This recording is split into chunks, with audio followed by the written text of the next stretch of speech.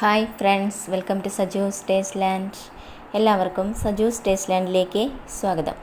ഇന്ന് ഞാൻ വന്നിരിക്കുന്നത് വളരെ ടേസ്റ്റി ആയിട്ട് വളരെ പെർഫെക്റ്റ് ആയിട്ടുള്ള രീതിയിൽ ഗോതമ്പ് പൊടി വെച്ചിട്ട് നല്ലൊരു ബ്രേക്ക്ഫാസ്റ്റ് ആയിട്ടോ അതല്ലെങ്കിൽ സ്നാക്കായിട്ടോ ഒക്കെ കഴിക്കാൻ പറ്റുന്ന സൂപ്പർ ടേസ്റ്റി ആയിട്ടുള്ള ഒരു റെസിപ്പി ആയിട്ടാണ്. അപ്പോൾ നമുക്ക് നോക്കാം അതെങ്ങനെയാണ് തയ്യാറാക്കിയെടുക്കണമെന്ന് കേട്ടോ. അപ്പോൾ നമുക്കിത് തയ്യാറാക്കിയെടുക്കാൻ വേണ്ടിയിട്ട് 1.25 കപ്പ് വെള്ളം ആവശ്യമായിട്ടുണ്ട്. അത് ഞാനൊരു പാത്രത്തിലേക്ക് എടുക്കുകയാണ്.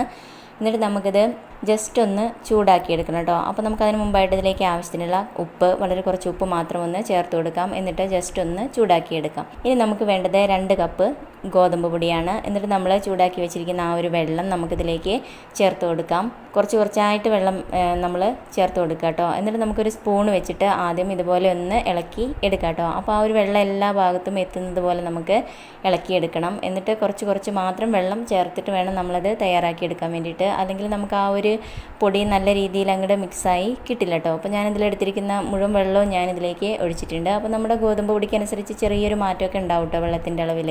അപ്പോൾ അതേപോലെയാണ് ഞാൻ ചെയ്തെടുത്തിരിക്കുന്നത്. എങ്ങനെയായാലും ഒരു 1.25 കപ്പ് തൊട്ട് ഒരു 1.5 കപ്പ് വെള്ളം മാത്രമേ നമുക്കിതിന് ആവശ്യമായിട്ട് വരുള്ളൂ. ഇനി നമുക്കിത് കൈ വെച്ചിട്ട് നല്ലപോലെ ഒന്ന് കുഴച്ചെടുക്കണം. അപ്പോൾ ഇത് കുഴച്ചെടുക്കുമ്പോൾ നമ്മൾ ചപ്പാത്തിക്കൊക്കെ കുഴച്ചെടുക്കുന്ന ആ ഒരു രീതിയിൽ അങ്ങോട്ട് ഒരുപാട് സോഫ്റ്റായിട്ട് കുഴക്കേണ്ട കാര്യമില്ല. അതുപോലെ തന്നെ അങ്ങോട്ട് ഒരുപാട് പ്രസ് ചെയ്തിട്ട് അങ്ങനെ ബുദ്ധിമുട്ടി കുഴക്കേണ്ട ആവശ്യമൊന്നുമില്ല. ജസ്റ്റ് നമുക്കതൊന്ന് കുഴച്ചെടുക്കണം. ആ ഒരു വെള്ളവും കാര്യങ്ങളെല്ലാം ഒന്ന് എല്ലായിടത്തും ഒരേപോലെ ആവുന്നത് പോലെ നമുക്കൊന്ന് കുഴച്ചെടുക്കണം. അങ്ങനെ മാത്രമേ നമുക്ക് ചെയ്യേണ്ടതായിട്ടുള്ളൂ കേട്ടോ. അപ്പോൾ ഇതുപോലെ ചെയ്തതിന് ശേഷം വളരെ കുറച്ച് ഓയിൽ മാത്രം നമുക്കിതിൻ്റെ മുകളിലൊന്ന് സ്പ്രെഡ് ചെയ്തിട്ട് നമുക്ക് വീണ്ടും കുഴച്ചെടുക്കാം. അപ്പോൾ നമ്മുടെ കയ്യിലൊന്നും ഒട്ടിപ്പിടിക്കാതെ തന്നെ നമുക്ക് നല്ല രീതിയിൽ പെട്ടെന്ന് തന്നെ അങ്ങോട്ട് കുഴച്ചെടുക്കാനായിട്ട് പറ്റും കേട്ടോ. അപ്പോൾ ഇതുപോലെ അങ്ങോട്ട് കുഴച്ചെടുക്കുക. അപ്പോൾ അത്യാവശ്യം നല്ല രീതിയിൽ തന്നെ നമുക്കിത് കുഴച്ചെടുക്കാനായിട്ട് പറ്റിയിട്ടുണ്ട്. മാവും അത്യാവശ്യം നല്ല സോഫ്റ്റ് ആയിട്ട് തന്നെയാണ് കിട്ടിയിരിക്കുന്നത്. നമ്മൾ ചെറിയ ചൂടുള്ള വെള്ളത്തിലൊക്കെയാണ് കുഴച്ചെടുത്തിരിക്കുന്നത്. അതുകൊണ്ട് തന്നെ മാവ് നല്ല സോഫ്റ്റ് ആയിട്ടാണ് വരുന്നത് കേട്ടോ. ഇനി നമുക്കിത് കുറച്ച് സമയം ഒന്ന് മൂടി വയ്ക്കാം. നമുക്കിതിന് വേണ്ടുന്ന ബാക്കി കാര്യങ്ങളെല്ലാം റെഡിയാക്കി എടുക്കാം. ഇപ്പം ഞാൻ ചെറിയൊരു ബൗൾ നിറയെ ചിക്കൻ എടുത്തിട്ടുണ്ട്. അപ്പോൾ ബോൺലെസ് ചിക്കൻ എടുക്കുകയാണെന്നുണ്ടെങ്കിൽ ഒന്നുകൂടി നല്ലതായിരിക്കും. എന്നിട്ട് നമുക്കിതിലേക്ക് കുറച്ച് ഉപ്പ് ചേർത്ത് കൊടുക്കാം. എന്നിട്ട് വളരെ കുറച്ച് മാത്രം വെള്ളം നമുക്കിതിലേക്ക് ചേർത്ത് കൊടുത്തിട്ട് നമുക്ക് ഒരു വിസിൽ തന്നെ മതിയാവും. അല്ലെങ്കിൽ 1-2 വിസിൽ മാത്രം നമുക്കൊന്ന് അടുപ്പിച്ചെടുക്കാം കേട്ടോ. ഇനി ഞാനൊരു പാത്രത്തിലേക്ക് കുറച്ച് ഓയിൽ ചേർത്ത് കൊടുത്തിട്ടുണ്ട്. അതിലേക്ക് നമുക്ക് 1/2 ടേബിൾ സ്പൂണോളം ഇഞ്ചി ചതച്ചത് എടുക്കാം കേട്ടോ. ഇനിയിപ്പോൾ പേസ്റ്റ് എടുത്താലും കുഴപ്പമൊന്നുമില്ല. ഞാൻ നന്നായിട്ട് ചതച്ചതാണ് എടുത്തിരിക്കുന്നത്. അതേപോലെ തന്നെ 1/2 ടേബിൾ സ്പൂണോളം വെളുത്തുള്ളിയും നന്നായിട്ട് ചതച്ചത് ഞാനിതിലേക്ക് എടുത്തിട്ടുണ്ട്. ഇനി ഇതിൻ്റെ ആ ഒരു പച്ച സ്മെല്ലൊക്കെ ഉണ്ടല്ലോ, അതൊക്കെ ഒന്ന് മാറുന്നവരെ ജസ്റ്റ് ഒന്ന് വഴറ്റിയെടുക്കാം. അതിനുശേഷം നമുക്ക് 2 സവോള ഇതുപോലെ അരിഞ്ഞത് നമുക്ക് ചേർത്ത് കൊടുക്കാം കേട്ടോ. അപ്പോൾ ഞാനൊരു മീഡിയം സൈസിലുള്ള സവോളയാണ് എടുത്തിരുന്നത്. നന്നായിട്ട് കനം കുറച്ച് ഇതുപോലെ നീളത്തിൽ അരിഞ്ഞെടുത്തിരിക്കുകയാണ്. അപ്പോൾ നന്നായിട്ടൊന്ന് വഴറ്റിയെടുക്കണം.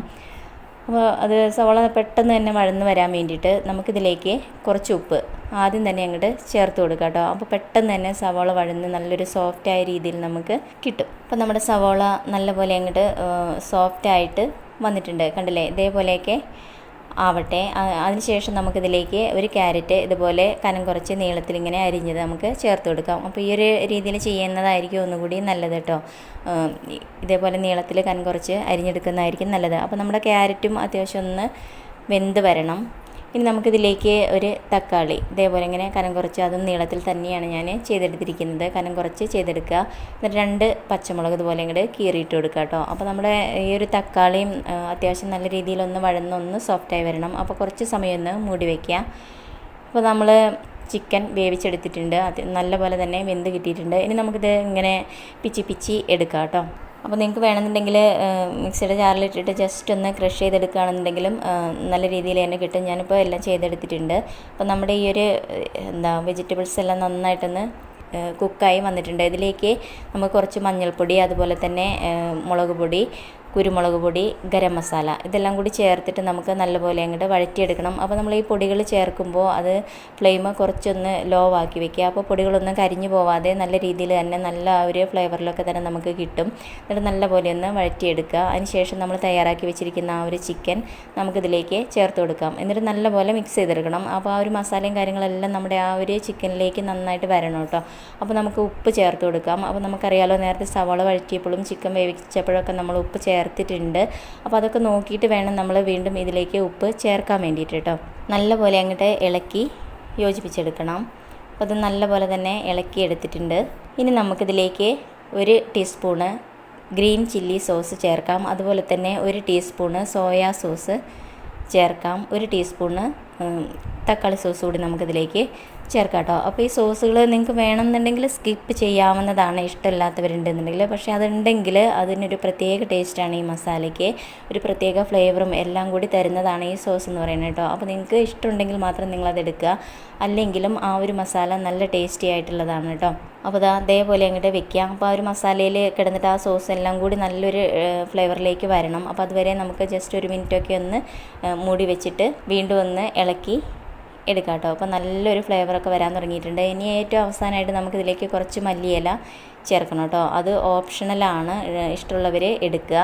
അപ്പോൾ ഞാൻ ആഫ്രിക്കൻ മല്ലിയാണ് എടുത്തിരിക്കുന്നത് കേട്ടോ. നന്നായിട്ടൊന്ന് മിക്സ് ചെയ്തതിന് ശേഷം നമുക്കിത് ഫ്ലെയിം ഓഫ് ചെയ്യാം. ഇനി നമ്മുടെ ഈ ഒരു ഗോതമ്പ് മാവ് നമുക്ക് ഇതുപോലെ ഒന്നുകൂടി ഇങ്ങോട്ട് സോഫ്റ്റാക്കി എടുക്കുകയാണ് ചെയ്യണത്. അപ്പോൾ നമുക്കതിൻ്റെ അതൊരു ബോൾസാക്കി എടുക്കാനൊക്കെ വളരെ എളുപ്പത്തിന് വേണ്ടിയിട്ട് ഇതുപോലെയൊക്കെ ചെയ്തെടുക്കുക കേട്ടോ. അപ്പോൾ നമുക്ക് ആ ഒരേ വലുപ്പത്തിലുള്ള ബോൾസൊക്കെ ആക്കി എടുക്കാനൊക്കെ നല്ല എളുപ്പത്തിൽ നമുക്ക് സാധിക്കും. അപ്പോൾ ഈ ഒരു രീതിയിൽ തന്നെ നമുക്ക് ബാക്കിയെല്ലാം അങ്ങോട്ട് ചെയ്തെടുക്കാം കേട്ടോ. ഇനി നമുക്ക് നമ്മുടെ കൈവെള്ളയിൽ വെച്ചിട്ട് ഇതേപോലെ ഒന്നിങ്ങോട്ട് പ്രസ് ചെയ്തിട്ട് എടുക്കാം കേട്ടോ.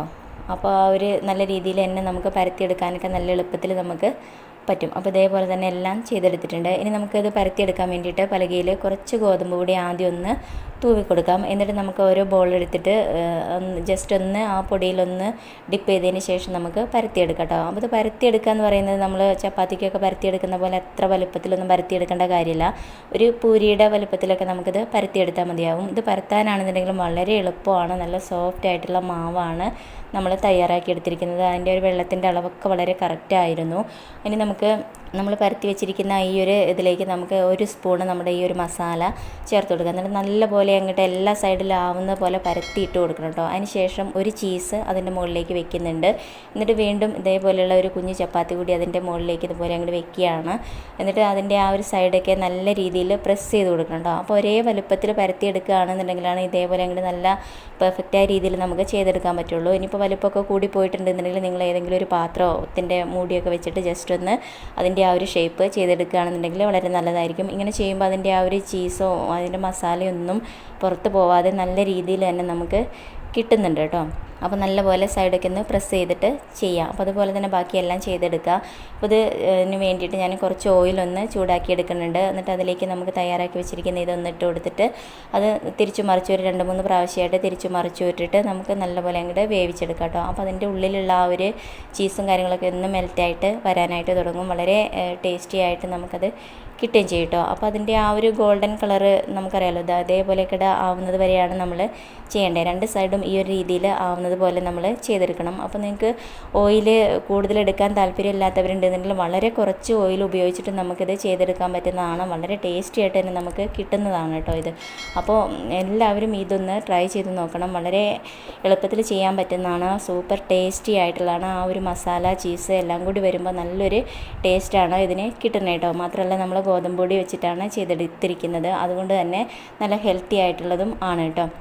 അപ്പോൾ നമുക്ക് സ്നാക്കായിട്ടോ അല്ലെങ്കിൽ ബ്രേക്ക്ഫാസ്റ്റായിട്ടോ നമുക്ക് എപ്പോൾ വേണമെന്നുണ്ടെങ്കിലും കഴിക്കാൻ പറ്റുന്ന വളരെ ടേസ്റ്റി ആയിട്ടുള്ള ഈ ഒരു റെസിപ്പി നിങ്ങൾക്ക് എല്ലാവർക്കും ഇഷ്ടമായിട്ടുണ്ടാവുമെന്ന് വിചാരിക്കുന്നു. എല്ലാവരും ഒന്ന് ട്രൈ ചെയ്ത് നോക്കൂ. കണ്ടില്ലേ, നല്ല സോഫ്റ്റ് ആയിട്ടാണ് നമുക്കിത് കിട്ടുന്നത് കേട്ടോ. അപ്പോൾ ഈ വീഡിയോ നിങ്ങൾക്ക് ഇഷ്ടമായാൽ നിങ്ങളിത് ലൈക്ക് ചെയ്യാനും അതുപോലെ തന്നെ മറ്റുള്ളവർക്ക് ഷെയർ ചെയ്ത് കൊടുക്കാനും അതുപോലെ തന്നെ നിങ്ങളുടെ കമൻറ്റുകൾ അറിയിക്കാനും ഒന്നും മറക്കരുത്.